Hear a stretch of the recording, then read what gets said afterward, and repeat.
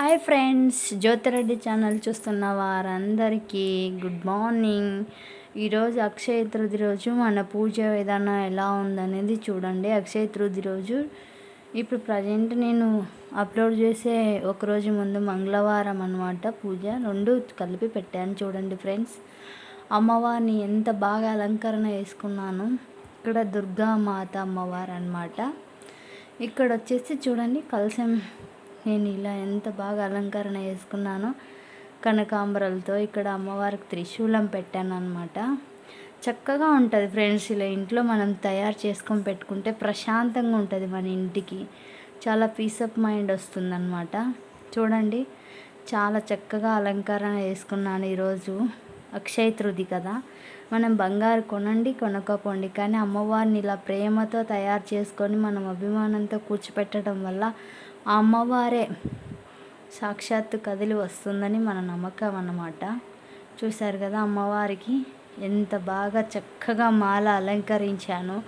పైన కనకాంబరాలతో, కింద చామంచి రోజాలతో పూలమాల కూర్చొని అన్నమాట. అమ్మవారికి చాలా చక్కగా ఉందన్నమాట. అమ్మవారే వచ్చి ఇక్కడ కూర్చున్నంత ఆనందంగా ఉంది.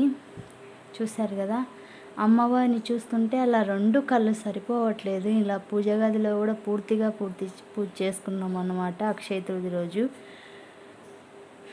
ఇలా ఇది వచ్చేసి మంగళవారం నాడు అనమాట. ఈరోజు అంటే అప్లోడ్ చేసే ఒకరోజు ముందు అనమాట. మంగళవారం నాడు ఇలా పూజ చేసుకున్న రేణుకా ఎల్లమ్మ తల్లికి ఇలా యాపమండల తోరణాలు కట్టి అమ్మవారికి చాలా చక్కగా కలశం అలంకరణ వేసుకొని చూశారు కదా ఎంత చక్కగా ఉంది అమ్మవారు.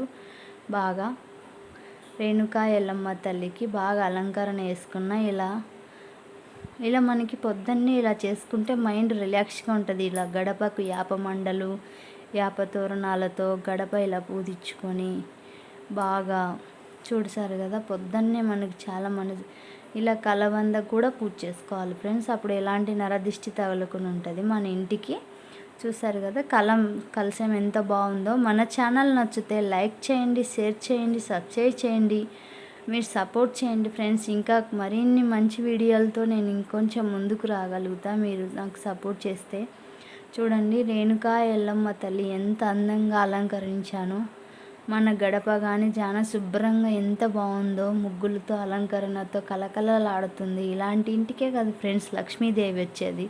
ప్రతి ఆడవాళ్ళు ఇలానే గడప అన్నీ పూజించుకోవాలి. అంతే ఫ్రెండ్స్, బాయ్ ఫ్రెండ్స్.